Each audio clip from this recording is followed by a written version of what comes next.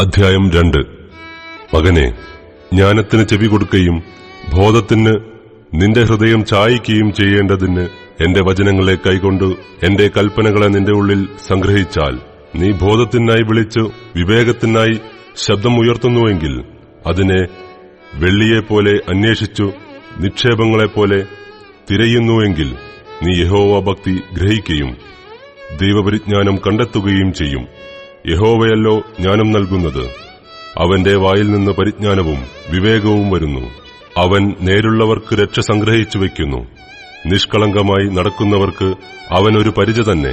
അവൻ ന്യായത്തിന്റെ പാതകളെ കാക്കുന്നു, തന്റെ വിശുദ്ധന്മാരുടെ വഴിയെ സൂക്ഷിക്കുന്നു.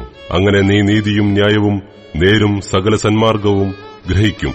ജ്ഞാനം നിന്റെ ഹൃദയത്തിൽ പ്രവേശിക്കും, പരിജ്ഞാനം നിന്റെ മനസ്സിന് ഇമ്പമായിരിക്കും.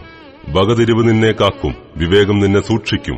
അത് നിന്നെ ദുഷ്ടന്റെ വഴിയിൽ നിന്നും വികടം പറയുന്നവരുടെ കൂട്ടത്തിൽ നിന്നും വിടുവിക്കും. അവർ ഇരുട്ടുള്ള വഴികളിൽ നടക്കേണ്ടതിന് നേരെയുള്ള പാത വിട്ടുകളയുകയും ദോഷപ്രവൃത്തിയിൽ സന്തോഷിക്കുകയും ദുഷ്ടന്റെ വികടങ്ങളിൽ ആനന്ദിക്കുകയും ചെയ്യുന്നു. അവർ വളഞ്ഞ വഴിക്ക് പോകുന്നവരും ചൊവ്വല്ലാത്ത പാതയിൽ നടക്കുന്നവരുമാകുന്നു.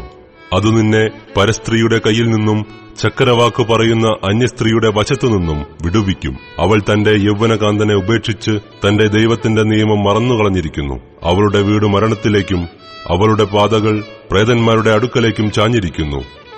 അവളുടെ അടുക്കൽ ചെല്ലുന്ന ഒരുത്തനും മടങ്ങിവരുന്നില്ല, ജീവന്റെ പാതകളെ പ്രാപിക്കുന്നതുമില്ല. അതുകൊണ്ട് നീ സജ്ജനത്തിന്റെ വഴിയിൽ നടന്ന് നീതിമാന്മാരുടെ പാതകളെ പ്രമാണിച്ചുകൊള്ളുക. നേരുള്ളവർ ദേശത്ത് വസിക്കും, നിഷ്കളങ്കന്മാർ അതിൽ ശേഷിച്ചിരിക്കും. എന്നാൽ ദുഷ്ടന്മാർ ദേശത്തുനിന്ന് ഛേദിക്കപ്പെടും, ദ്രോഹികൾ അതിൽ നിന്നും നിർമൂലമാകും.